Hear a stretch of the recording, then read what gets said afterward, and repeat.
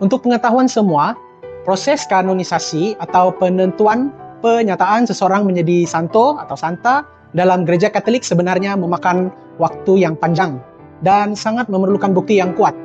Antara bukti yang diambil kira termasuklah mukjizat-mukjizat yang jadi semasa seseorang itu masih hidup, bahkan setelah orang tersebut sudah meninggal, untuk membuktikan bahwa Tuhan berkenan kepada perantaraan doa orang tersebut. Dan ini maksudnya dia punya life lah, kena lihat daripada dia hidup sampai dia meninggal. Dan untuk pengetahuan, actually bukan uskup atau paus ya yang menentukan seseorang menjadi kudus, apalagi membuat seseorang menjadi santo atau saint. Ini kamu kena ingat, sebab paus hanya menyatakan seseorang menjadi santo atau santa setelah melalui proses penyelidikan panjang.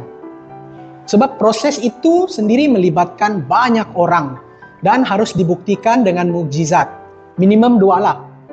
Jadi untuk mukjizat pun perlu diperiksa secara objektif oleh dokter yang pakar. Maksud dokter sini bukan dokter yang merawat orang sakit, tapi dokter gereja.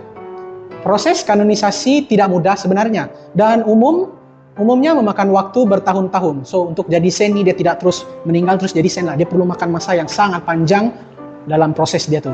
Namun dalam proses itulah terlihat apakah Tuhan sungguh-sungguh berkenan menyatakan seseorang tersebut sebagai orang kudusnya melalui mukjizat-mukjizat yang diisyaratkan setelah orang itu meninggal dunia. Bahkan bertahun-tahun sudahnya, yaitu melalui permohonan doa perantaraan orang kudus tersebut.